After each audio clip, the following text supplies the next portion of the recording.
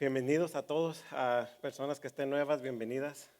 A los que son de casa, pues de igual manera, bienvenidos. Seguimos aquí en Primera de Pedro 3 y la otra vez nos quedamos en el versículo 17, ahora continuamos en el versículo 18. Primera de Pedro 3, 18 al 22.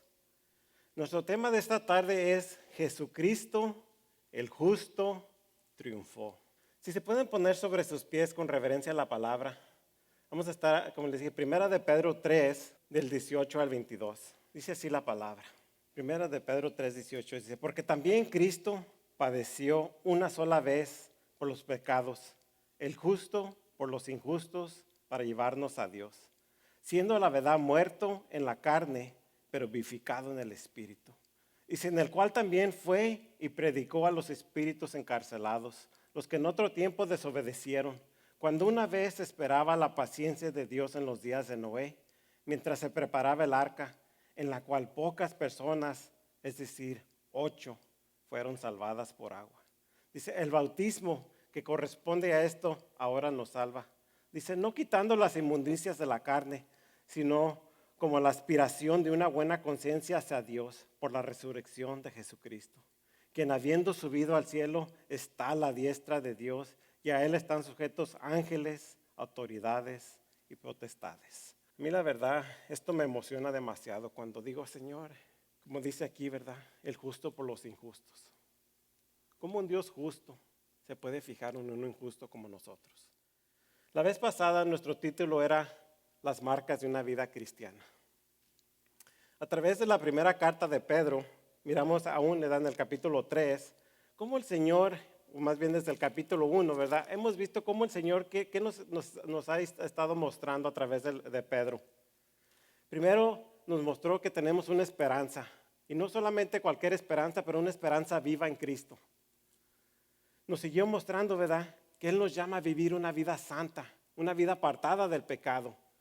Que el Señor nos dice que tenemos libertad, pero libertad de hacer su voluntad, no un libertinaje, ¿verdad? Pero una libertad de hacer su voluntad, de adorarle, de servirle. Nos siguió diciendo, ¿verdad?, en el capítulo 2, que le pertenecemos a Él. Y porque le pertenecemos de Él, tenemos que vivir como esos siervos de Él, de Dios que somos. ¿Qué seguimos viendo en las cartas de Pedro? ¿Qué miramos la semana pasada? El mes pasado quiero decir, la última vez. Tenemos deberes, ¿verdad? Deberes como esposos, como esposas. Pedro nos ha dicho diciendo una y otra vez cómo debemos vivir como cristianos. Cómo debemos vivir esa vida que le agrada a Dios. No como yo quiera, no como ustedes quieran, es como el Señor nos manda a vivir la vida. Y eso no debe de ser algo nuevo cada vez, debe ser un recordatorio, ¿verdad?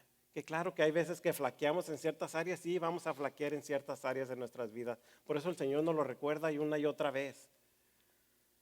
¿Qué nos recuerda el Señor? Que debemos ser diferentes al mundo. Y por eso que debemos de marcar que somos de Cristo, que somos cristianos. ¿Usted se ha preguntado a usted mismo, o pregúntese a usted mismo, si usted refleja a Cristo en su caminar día a día? ¿Reflejamos a Cristo? Usted cuando en la mañana que no se levanta o a la hora que se fija al espejo, usted refleja quién es, ¿verdad? Cuando mira al espejo. Dice, ok, pues este soy yo. Yo me miro y digo, este está feo, pero aquí estoy. Pero cuando nos miramos a una reflexión de Cristo, ¿reflejamos a Cristo o no en nuestro diario vivir? Y estoy diciendo afuera de estas 4 paredes, porque como les hemos dicho, ¿verdad? Aquí es fácil ser cristiano. Aquí es fácil saludar a todos, Dios te bendiga, poner hasta una carita sonriente, ¿verdad? Y decir, ay, ¿sabes qué? Se mira a todos muy bonitos. Pero ¿cómo somos afuera de aquí? ¿Reflejamos a Cristo o no reflejamos a Cristo? Y eso es una pregunta que cada quien debemos de hacernos. Cuando nos decimos ser cristianos, ¿qué significa la palabra cristiano? Ser como Cristo, ser imitadores de Cristo. Hermanos, si no reflejamos a Cristo, tal vez es porque nunca hemos entendido y tal vez nunca hemos valorado el sacrificio de Cristo. Y nunca hemos tenido un arrepentimiento genuino. Miren, esta tarde miraremos 2 encabezados. El primero es, Jesucristo sufrió siendo justo. Y eso lo miraremos en el versículo 18. Nuestro segundo encabezado será, Jesucristo anuncia su triunfo. Y eso lo miraremos en los versículos 19 al 22. Un pequeño repaso del capítulo 3 para entender por qué hemos llegado hasta aquí, en el versículo 18. Pedro nos ha dicho cómo las esposas deben sujetarse a su marido. Y eso sin importar si su marido es creyente o no. No está diciendo Pedro, ¿verdad? Solamente si su marido es creyente, solamente si su marido la ama, tiene que sujetarse a su marido. No, ¿verdad? Eso es si sea creyente o no. ¿Y recuerdan por qué la mujer debe sujetarse a su marido? Tal vez las mujeres, las esposas no, ¿verdad? No sé, no recuerdan. Pero nosotros los maridos sí recordamos. No se crean, hermanos, esa no. Somos, ¿verdad? Ya no debemos de ser esos oidores olvidadizos, ¿verdad? Debemos de ser esos oidores hacedores de la palabra. No de que se nos olvida a conveniencia. Porque es muy importante que la mujer se sujete a su marido. ¿Qué miramos allí en Primera de Pedro 3:1? Miren allí en Primera de Pedro 3:1, esto no va a estar en pantalla. Dice, asimismo vosotras mujeres estáis sujetas a vuestros maridos. Y Pedro mismo nos contesta, ¿verdad? ¿Para qué? Para que también los que no creen a la palabra sean ganados sin palabra. ¿Por qué? Por la conducta de sus esposas. Nuestra conducta es algo del exterior o del interior. ¿Qué nos dice Pedro en Primera de Pedro 3:4? Si seguimos allí. Dice, sino el interno, el del corazón, en el incorruptible. Dice, en un ornato de un espíritu afable y apacible, que es de grande estima delante de Dios. ¿Qué es lo más importante? Lo interno, el corazón, no lo del exterior. Porque tarde que temprano, hermanos, va a salir lo que traemos adentro. ¿Qué nos dice Lucas 6:45 de eso? Lucas 6:45. Dice, el hombre bueno, del buen tesoro de su corazón saca lo bueno. Dice, el hombre malo, del mal tesoro de su corazón saca lo malo. Dice, porque de la abundancia del corazón habla la boca. Tarde que temprano va a salir lo que de veras somos. También recordemos que nos dijo a nosotros los esposos que les demos honor como a vaso más frágil a nuestras esposas. Una tarea bastante grande. También nos dice la palabra, ¿verdad? Que las amemos a nuestras esposas como Cristo amó a la iglesia y se entregó por ella. ¿Recuerdan que les mencioné que quedamos bastante corto? O hablo por mí, yo quedo bastante corto en esa parte, ¿verdad? Si me pongo a pensar que yo puedo amar a mi esposa como Cristo amó a la iglesia y se entregó por ella. Es duro, ¿verdad? Luego miramos cómo Pedro nos dijo que debemos tener una buena conciencia en todo lo que somos. Recuerden que no podemos hacer lo que no somos. A veces queremos hacer cosas que no somos y es imposible. No podemos hacer lo que no somos. Pedro nos recuerda cómo entender que debemos amar, tener misericordia, entendernos unos a otros como hermanos en la iglesia.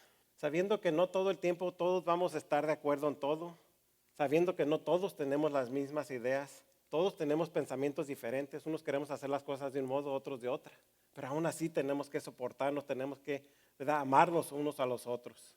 Lo último que miramos la vez pasada es cómo tenemos que tener una humildad valiente. ¿Recuerdan que les dije que tal vez son dos palabras totalmente contrarias, humilde, pero a la vez ser valientes? ¿Cómo debemos ser humildes, pero a la misma vez ser valientes cuando no todo nos va bien? Debemos marcar que somos hijos de Dios.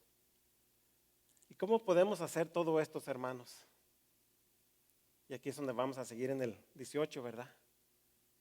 Siguiendo el perfecto ejemplo que nos ha dejado nuestro Señor Jesucristo, el justo, el que triunfó. Vayan conmigo ahora sí a Primera de Pedro 3:18. Primera de Pedro 3:18 dice, leemos allí. Dice, porque también Cristo padeció una sola vez por los pecados, el justo por los injustos, para llevarnos a Dios, siendo a la verdad muerto en la carne, pero vivificado en el Espíritu. Jesucristo sufre siendo justo. Antes de que entremos aquí, vayan conmigo al versículo 17. Al versículo 17 allí de Primera de Pedro igual 3:17. Un versículo antes. Primera de Pedro 3:17 dice, porque es mejor que padezcáis haciendo el bien, si la voluntad de Dios así lo quiere, que haciendo el mal. ¿Qué nos dice el versículo 17? Que va a haber veces, hermanos, que la perfecta voluntad de Dios, o más bien va a haber veces que por la perfecta voluntad de Dios no vamos a padecer. Vamos a padecer por la perfecta voluntad de Dios. Aun cuando hagamos las cosas bien. Aunque hagamos la voluntad de Dios, no todo el tiempo vamos a agradar a todos. Pero sobre todo, no vamos a agradar al mundo. Y eso lo sabemos todos, ¿verdad? En veces, ¿dónde está nuestro enfoque más? Queremos agradar primero a los demás. Pero como dice aquí, ¿verdad? Pero sí será mucho mejor que no ser la voluntad de Dios y aún padecer. Miren lo que dice Steve Lawson, cito. Si agradar a Dios, no, si agradas a Dios, cito otra vez, disculpen. Si agradas a Dios, no importa a quién desagrades. Y si le desagradas a Dios, no importa a quién le agrades. Cierro la cita. Si le agradamos a Dios, no importa a quién desagrademos. Pero si le desagradamos a Dios, no importa a quién agrademos. Muy, muy cierto. Pero miren ahora cómo nos dice Pedro aquí en el versículo 18. Dice que Cristo también padeció una sola vez por cada uno de nuestros pecados. Aquí Pedro nos quiere animar, nos quiere alentar, que aún en medio del sufrimiento también Cristo sufrió de una manera injusta. Dice, si nos hacemos una pregunta, ¿por qué Cristo sufrió de una manera injusta? ¿Por qué fue injusto lo que Cristo sufrió? ¿Por qué? ¿Qué sería nuestra respuesta principal? ¿Por qué? Porque se sometió a la voluntad del Dios Padre. ¿Qué nos hace a nosotros exceptos del sufrimiento, de las luchas, de las pruebas, de las enfermedades? Pero lo hermoso de todos estos hermanos es que Él tuvo un triunfo maravilloso. Él fue exaltado a lo sumo y ahora está sentado a la diestra del Padre. Lo mismo nos asegura a nosotros nuestro Dios, Padre, que aunque pasemos por sufrimiento, triunfaremos un día en su presencia. Y lo siguiente que nos dice aquí Pedro es, porque también Cristo padeció, dice, una sola vez por los pecados. Una sola vez por los pecados. En el antiguo pacto, el pueblo judío ofrecía sacrificio tras sacrificio. Y repetían la misma cosa año tras año. La muerte de Cristo fue suficiente por los pecados anteriores, por los presentes y por los por venir. ¿Y saben qué es lo hermoso, hermanos? Que esto no volverá a suceder otra vez. No sucederá otra vez. No se volverá a repetir este acto, ¿verdad?, que hizo nuestro Señor Jesucristo. Lo siguiente que miramos aquí dice, el justo, ahí en el 18, el justo por los injustos. Dice, porque también Cristo padeció una vez por los pecados, el justo por los injustos. ¿Quién es el único justo? Nuestro Señor Jesucristo. Porque no hubo en Él ningún pecado, pero murió como el más pecador. ¿Y por qué murió? Por cada uno de nosotros, los injustos. El justo por los injustos. El no pecador por los pecadores, que éramos y somos nosotros, cada uno de nosotros. Miren qué dice Hebreos 7, del 26 al 27. Hebreos 7, 26 y 27. Dice, porque tal sumo sacerdote nos convenía, santo, inocente, sin mancha, apartado de los pecadores y hecho más sublime que los cielos. Dice que no tiene necesidad cada día como aquellos sumos sacerdotes de ofrecer primero sacrificios por sus propios pecados y luego por los del pueblo. Y aquí nos contesta, ¿verdad? ¿Por qué? Porque esto lo hizo una vez y para siempre, ofreciéndonos a sí mismo. Qué hermoso, ¿verdad? Como los mismos versículos se contestan, ¿verdad? Porque esto lo hizo una vez y para siempre, ofreciéndose a sí mismo. ¿Cómo podemos entender que alguien que nunca pecó y nunca hubo pecado en su naturaleza, pagar el precio de nuestros pecados? Solo eso lo podemos entender por el amor, por la misericordia, por la gracia de nuestro Señor Jesucristo. Es hermoso, ¿verdad? Como el Señor dio su vida por cada uno de nosotros. Y eso es algo que tenemos que tener diariamente en nuestras mentes, hermanos. Si no se nos va a olvidar, ¿verdad? El propósito, o sea, lo que hemos sido llamados. Tenemos que entender que solo Él es justo. Segunda de Corintios 5:21. Segunda de Corintios 5:21. Dice, al que no conoció pecado, por nosotros lo hizo pecado. Y otra vez aquí nos dice, ¿para qué? Para que nosotros fuésemos hechos justicia de Dios con Él. Para que nosotros fuésemos hechos justicia de Dios con Él. Al hacer esto, nuestro Señor Jesucristo, Él satisfació el castigo justo de Dios contra el pecado, que era requerido por la ley. Porque ¿cuántos de nosotros podíamos o cuántos podemos cumplir la ley? Ni uno, ¿verdad? Ninguno de nosotros ni podíamos, ni podemos, ni vamos a poder. Solo es a través de Jesucristo que Él podía pagar, vivir, ¿verdad? Esa vida perfecta. Él podía cumplir la ley y pagar ese sacrificio tan grande que nos merecíamos cada uno de nosotros. Es hermoso cómo Cristo nos abre el camino a todo aquel que cree. ¿Qué nos dice Juan 14:6? Juan 14:6 dice, Jesús les dijo, yo soy el camino y la verdad y la vida. Y dice, y nadie viene al Padre sino por mí. ¿Podemos venir a Jesucristo, a Dios Padre por medio de alguien más? No, ¿verdad? Solo es a través de Jesucristo. Tristemente, tanta religión nos enseña lo contrario, ¿verdad? Nos enseñan que a través de otros santos, de otras personas, de otros, no sé qué se pueda decir, ¿verdad? Ídolos, podemos venir a Dios Padre. Pero aquí es claro, ¿verdad? Solo a través de Jesucristo. Sigue Pedro para llevarnos a Dios. Dice, porque también Cristo padeció una sola vez por los pecados, el justo por los injustos, para llevarnos a Dios. Esto lo miramos en esta vida en un sentido espiritual, pero lo miraremos lo miramos más bien aquí cuando somos sellados por el Espíritu Santo, cuando venimos en arrepentimiento y existe un nuevo nacer. Pero un día lo miraremos en la vida venidera, de forma completa y definitiva, ¿verdad? Un día cuando estemos en su presencia, eso será entonces, ya lo miraremos, era para llevarnos a Dios. Nos sigue diciendo ahí en el versículo 18, siendo a la verdad muerto en la carne. Esto fue una muerte violenta que puso fin a su vida en esta tierra. Pero murió completamente Jesús. Pedro nos contesta aquí lo último en el versículo 18, ¿verdad? Dice, pero vivificado en espíritu. Aquí, hermanos, no se está refiriendo al Espíritu Santo. Aquí se refiere a la vida interior y la vida esencial de nuestro Señor Jesús.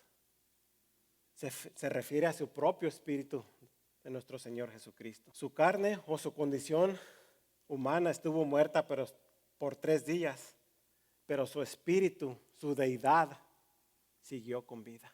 Miren qué nos dice Lucas 23:46. Lucas 23:46 dice, entonces Jesús, clamando a gran voz, dijo, Padre, en tus manos encomiendo mi espíritu. Y habiendo dicho esto, expiró. Es hermoso cómo la palabra nos explica cuánto sufrimiento pasó por cada uno de nosotros Jesús. El único justo, perfecto, sin pecado, sufrió por el injusto pecador. Si Jesucristo sufrió mucho más que ninguno de nosotros siendo justos, nosotros tenemos que honrar y glorificar su nombre, aunque nos cueste un poco de sufrimiento en este mundo. Nunca se nos ha prometido en este mundo que no vamos a pasar por sufrimiento, que no nos va a pasar nada, ¿verdad? Más bien al contrario, ¿qué nos dijo nuestro Señor? Que en este mundo tendréis aflicciones, ¿verdad?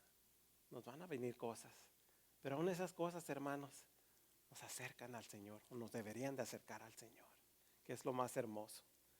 Versículo 19. Aquí miramos nuestro segundo encabezado. Jesús anuncia su triunfo. Versículo 19. En el cual también fue y predicó a los espíritus encarcelados. Aquí miramos cómo Cristo en su muerte corporal y su resurrección, Él fue en su espíritu a predicarles a estos espíritus diabólicos que estaban encadenados en el abismo y les anuncia que aún en su muerte Él había triunfado sobre ellos. ¿Cuáles eran estos espíritus encarcelados? Los ángeles caídos, ¿verdad? O estos demonios que han permanecido atados por su maldad y su perversión. ¿Qué pensaban ellos? Que al matarlos ellos ganarían. Pero ¿qué pasó con la muerte de Jesús? Lo hizo triunfar. ¿Qué es lo que nos dice Pablo a nosotros? Para mí el vivir es Cristo y el morir es ganancia. O sea que al morir para el cristiano es ganancia, es un triunfo. Dice, los que en otro tiempo desobedecieron cuando una vez esperaban la paciencia de Dios en los días de Noé, mientras se preparaba el arca, en el cual pocas personas, es decir, 8, fueron salvadas por agua. Aquí Pedro nos explica, ¿verdad?, que en el abismo es habitado por demonios atados antes, que están ahí desde antes del tiempo de Noé. Fueron enviados allí porque con su maldad excedieron de una forma severa los límites de la tolerancia de Dios. Estos demonios se dedicaron a esparcir la perversión y un alboroto por toda la tierra. Todo esto lleva a los seres humanos a pecar gravemente contra Dios. Lo que miramos en todo esto, ¿verdad?, que todos estos seres que habla aquí, ¿verdad?, de los que en otro tiempo desobedecen, todo el que desobedece, hermanos, ellos su de este no es hacer la voluntad de Dios. Ellos prefieren hacer la voluntad de ¿qué? Del enemigo, ¿verdad?, de Satanás. Cuando dice la palabra, ¿estamos con Dios o estamos apartados del Señor? No hay personas entre medio. En este tiempo, hermanos, en los tiempos de Noé, ¿verdad?, había mucho pecado sexual de todo tipo. Tan feo estaba en este tiempo que ni 120 años que duró Noé para hacer esta arca, de predicarles, decía que Cristo venía, ni esto fue suficiente motivo de creer. Nos dice Pedro que pocas personas se salvaron, es decir, solamente 8 personas. ¿Quién se salvó? Solamente la familia de Noé. Noé, su esposa, sus 3 hijos varones y sus esposas, ¿verdad? Es triste, ¿verdad? ¿Cómo pensar de 120 años Noé haciendo esta arca, diciendo el Señor viene, el Señor viene? Nadie le creyó, solamente su familia. ¿Qué trae el Señor entonces? Juicio. Y todo porque esas personas no se salvaron, hermanos. ¿Por qué nadie me quiso entender? Por no querer hacer la voluntad de nuestro Dios justo. ¿Dios nos pide algo injusto a nosotros? No, ¿verdad? Un Dios justo no puede pedir, no puede ser injusto. Un Dios justo es justo, aunque nosotros seamos injustos. Miren lo último que dice ahí el versículo 20. Dice, y fueron salvadas por agua. Aquí es muy importante entender que habían sido rescatadas a pesar del agua y no debido al agua. Aquí miramos cómo Dios usa el agua para traer juicio y no salvación. Vayan conmigo a Hechos 2:38. Pedro les dijo, arrepentíos y bautícese cada uno de vosotros en el nombre de Jesucristo para perdón de los pecados y recibiréis el don del Espíritu Santo. ¿Qué es la palabra clave que miramos aquí en Hechos? Arrepentíos. El agua o el bautismo en sí no salva a nadie. El bautismo no nos salva, hermano. La agua no nos salva. No les estoy diciendo que no se bauticen, porque es un acto de obediencia. Aquí miramos cómo el arrepentíos se refiere a un cambio de mente y de propósito que hace volver al hombre del pecado a Dios. Eso es arrepentirse. Ahora ya, ¿sabes qué? Ahora ya no buscamos el pecado, ahora buscamos hacer la voluntad de Dios. Eso es un arrepentimiento genuino. No un remordimiento, un arrepentimiento, lo que busca el Señor de cada uno de nosotros. Encontramos un perfecto ejemplo de un arrepentimiento y luego una conversión allí en Primera de Tesalonicenses 1, del 9 al 10. Y los que no están viniendo los jueves, estamos en Primera de Tesalonicenses y ha sido de gran bendición, hermanos, se lo están perdiendo. Primera de Tesalonicenses 9 a 10. Ese solo era un comercial. Primera de Tesalonicenses 1, del 9 al 10 dice, porque ellos mismos cuentan de nosotros la manera en que nos recibisteis y cómo ¿qué? Nos convertisteis de los ídolos para servir al Dios vivo y verdadero. ¿Qué hay aquí? ¿Qué pasa cuando hay una conversión? Hay un cambio radical. Tiene que ver ese cambio radical en la vida de un cristiano. Porque aquí lo miramos tan hermoso, ¿verdad? Porque ellos mismos cuentan la manera en que recibisteis y cómo os convertís de los ídolos a Dios. Antes ellos, ¿verdad?, les servían a esos ídolos de los que hablamos hace ratito, ¿verdad? Todas esas cosas que todos de una forma u otra tenemos un tipo de ídolo, ¿verdad? Ya sea el trabajo, ya sea nuestras casas, ya sea lo que sea, le podemos poner el nombre de ídolo. Cualquier cosa que quite el lugar de nuestro Señor Jesucristo, de Dios, es un ídolo para cada uno de nosotros. Pero dice ellos, como os convertís de los ídolos a Dios para servir al Dios vivo y verdadero. Y eso es lo hermoso, ¿verdad? Cuando estamos dispuestos a servir al Dios vivo y verdadero. Dice el 10, y esperar de los cielos a su Hijo, el cual resucitó de los muertos, a Jesús, quien nos libra de la ira venidera. Este cambio, esta conversión abarca mucho más que el simple temor a las consecuencias del juicio de Dios.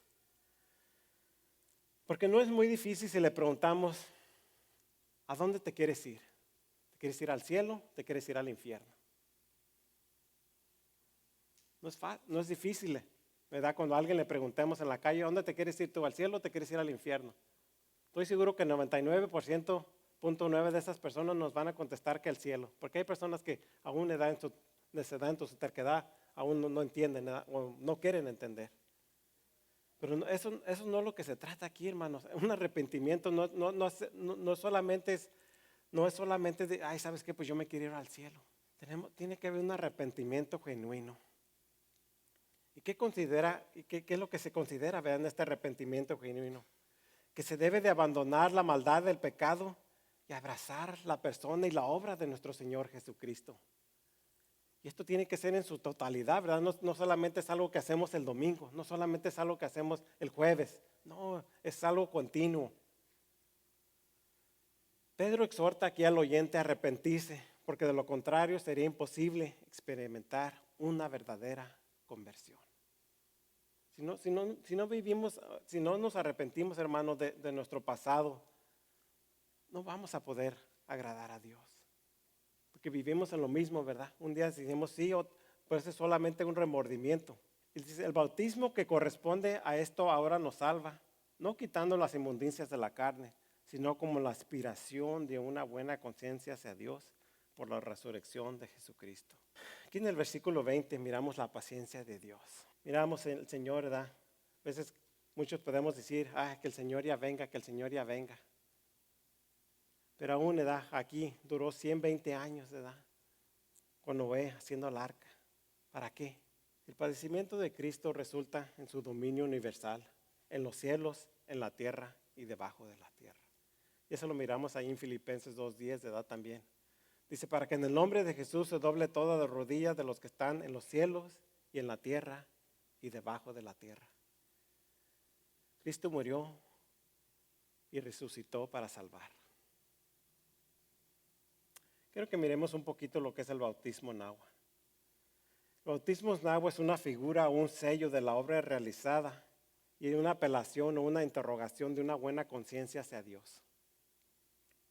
En otras palabras, después de haber recibido por fe a Jesucristo como nuestro Señor y Salvador, se nos pregunta si comprendemos lo que estamos haciendo y si aceptamos en forma abierta y pública los privilegios y las responsabilidades de ser discípulos de Él. Con el bautismo decimos que sí. Pero no termina con un sí, sino con una santificación que marcará nuestro caminar con Cristo. Mi pregunta es, ¿qué mujer da luz riéndose? ¿O qué bebé nace con una sonrisa? ¿Por qué la mayoría de los bebés cuando nacen llorando? Porque son traídos a un mundo nuevo para ellos, ¿verdad? Ellos lo único que conocen es el vientre de su madre. Pero ahora hay un gran cambio.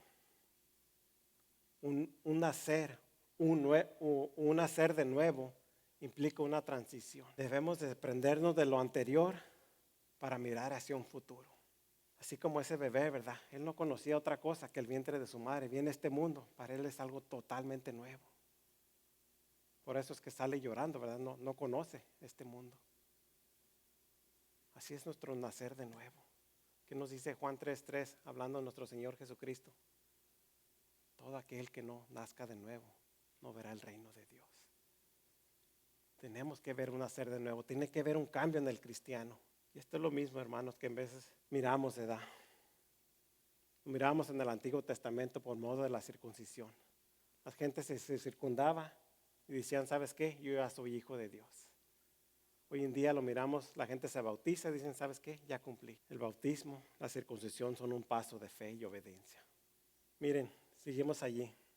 Si miramos aquí donde dice en el 21, sí, el bautismo que corresponde a esto ahora nos salva, no quitando las inmundicias de la carne, sino como la aspiración de una buena conciencia hacia Dios por la resurrección de Jesucristo. Aquí está hablando de una figura o un tipo que se refiere como una expresión terrenal de una realidad espiritual.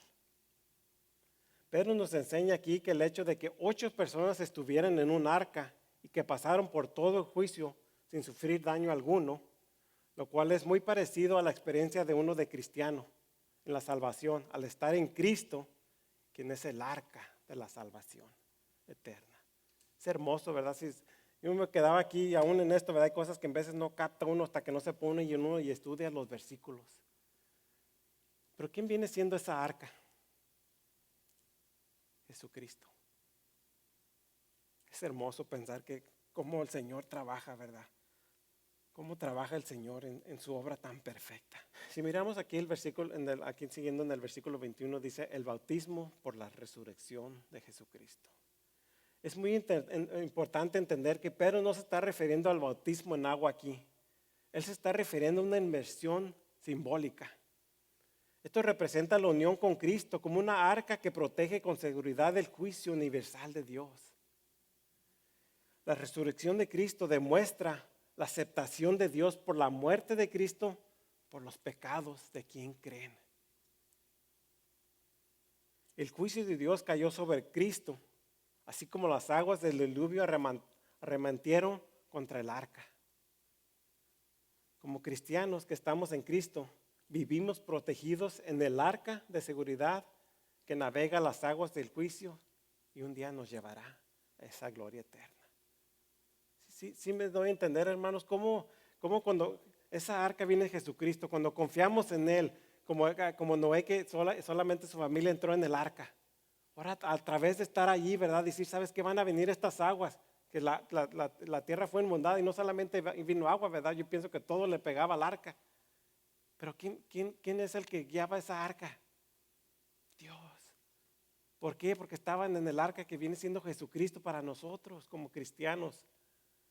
Miren qué nos dice Romanos 6, del 1 al 4. Romanos 6, 1 al 4. Dice, ¿qué pues diremos? ¿Perseveraremos en el pecado para que la gracia abunde? En ninguna manera. Dice, porque los que hemos muerto al pecado, ¿cómo viviremos aún en él? Dice, ¿o no sabéis que todos los que hemos sido bautizados en Cristo Jesús hemos sido bautizados en su muerte? Dice, porque somos sepultados juntamente con él para muerte por el bautismo, a fin de que como Cristo resucitó de los muertos por la gloria del Padre, miren lo último, así también nosotros andemos en vida nueva. Tenemos que vivir una vida nueva, hermanos. No una vida pasada, no una vida, ¿sabes qué? Pues podemos decir, ¿verdad? Estamos como ¿quién fue el que le dijo a nuestro Señor, ¿verdad? Que cómo podrá volver a entrar al vientre de su madre. Claro que no es lo que está hablando el Señor, ¿verdad? Tenemos que volver a nacer, pero en Cristo ahora haciendo la voluntad del Señor, no como dice aquí, ¿verdad? No perseverando en el pecado. Sigue Pedro aquí, dice, no quitando las inmundicias de la carne.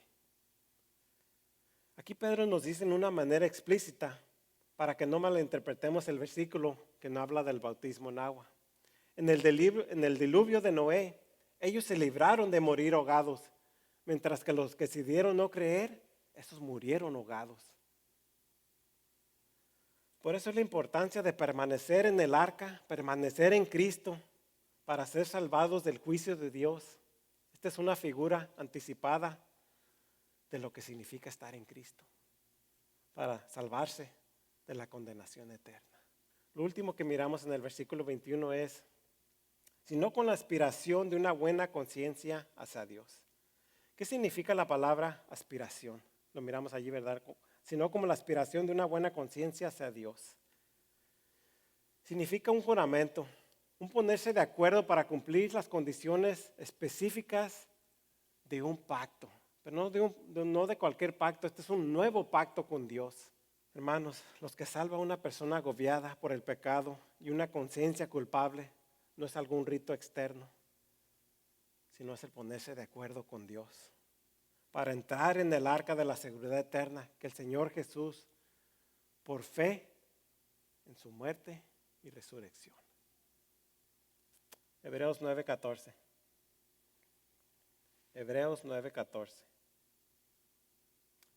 Dice: ¿cuánto más la sangre de Cristo, el cual mediante el Espíritu eterno se ofreció a sí mismo sin mancha a Dios? ¿Qué dice que hará?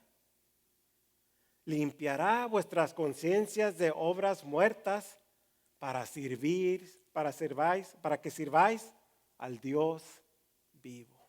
Eso es lo que hace nuestro Señor Jesucristo a través de su obra.